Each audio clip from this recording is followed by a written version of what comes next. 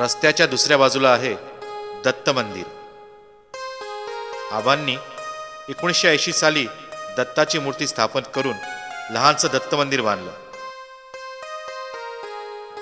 नंतर मंदिर लहान वाटतं म्हणून अण्णांनी 1800 स्क्वेअर फीट दत्त मंदिर बांधलं आणि दत्त, शंकर तथा गणपतीची स्थापना केली.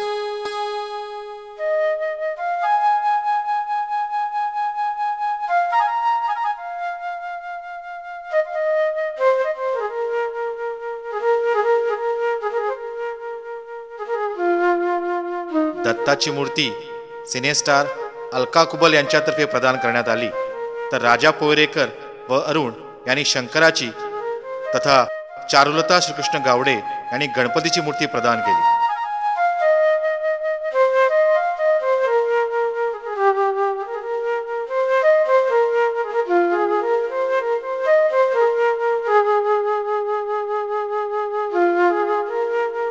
पूर्वीचं दत्त मंदिर जे होतं ते तसंच ठेवलं आणि तिथे रामपंचायतन स्थापना करण्यात आली.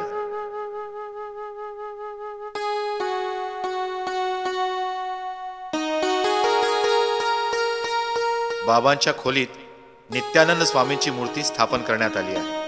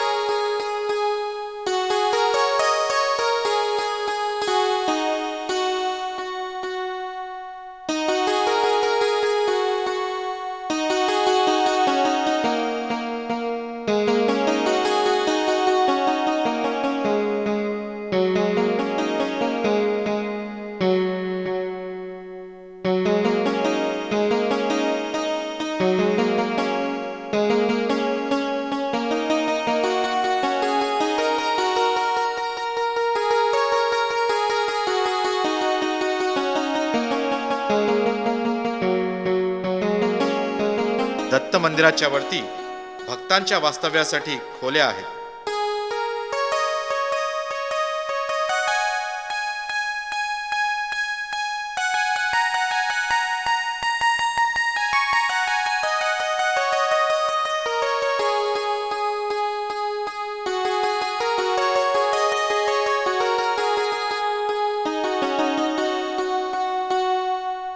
दत्त मंदिराच्या पाठीमागे भक्तांसाठी जेवण कक्ष आहे.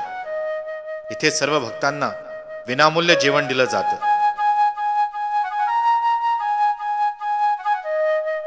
राहुळ महाराज कायम सांगायचे, विना अन्न वाढ, विना अन्न वाढ. पण त्यावेळी अन्न वाढ म्हणायचे, पण त्यावेळी ज्या ठिकाणी मला दुकानामध्ये मला 20 रुपये सुद्धा विक्री येत नव्हती, अशा कंडिशनमध्ये मी अन्न कसं वाढणार. पण राहुळ महाराजांचे शब्द, अन्न वाढ, अन्न वाढ, अन्न वाढ, दान, एवढं म्हणता म्हणता कसं होईल, काय होईल हे माझंच कळत नाही, माझंच मला समजत नाही. राहुळ महाराजांनी एवढं दान केलं, आतापर्यंत मी पुढे माझ्या नंतर काय चालेल ह्याचं मी काही कोणाला सांगू शकत नाही. आलेल्या सगळ्या लोकांना, भक्तांना हे जे इथे दिवसाला 100, 500 माणसांना, 1000 माणसांना जे जेवण मिळतं, उत्सवाला 5000, 10000, 1 लाख, 2 लाख असं जे जेवण मिळतं, ते जेवण राहुळ महाराजांच्या पूर्ण आशीर्वादाने हे अन्नदान होत आहे. अन्नदान वाढ, अन्न वाढ, अन्न वाढ, अन्न वाढ असं अन्न करून हे कसं चालतं आहे ते त्यानेच हे करून घेतलेलं आहे. आज ज्या ठिकाणी इथे राहण्याची सोय आहे, आम्ही कधीही कोणावर जुलूम करत नाही. पावत्या करा, राहायची सेवा आहे, जायची सेवा आहे, लोक राहत आहेत, जात आहेत. अन्न आम्ही फुकटच देतो. आजपर्यंत अन्नदानाचं लाखो लोक जेवली तरी 1ही रुपया मी कधीही अन्नदानाचं कोणाकडून घेत नाही. जेवढी माझ्या शक्य असेल तेवढी मी चहा लोकांना देतो, जर मला शक्य असेल लाडू देतो, मला शक्य असेल थंड देतो. माझ्याकडून जेवढी जाईल तेवढी राहुळ महाराज तेवढं करून घेत आहेत. आणि इथे आतापर्यंत 1947 सालापर्यंत 2007 सालापर्यंत सुद्धा तरी पण मी कधीही कोणाकडून जेवणाचं म्हणून पैसा आम्ही बसवलेला नाही. राहुळ महाराजांच्या कृपेने आणि माझ्या भक्तांच्या सगळ्यांच्या कृपेने हे अन्नदान चालू आहे आणि असंच अन्नदान पुढेही राहावं हे एवढं मी राहुळ महाराजांकडे प्रार्थना करतो.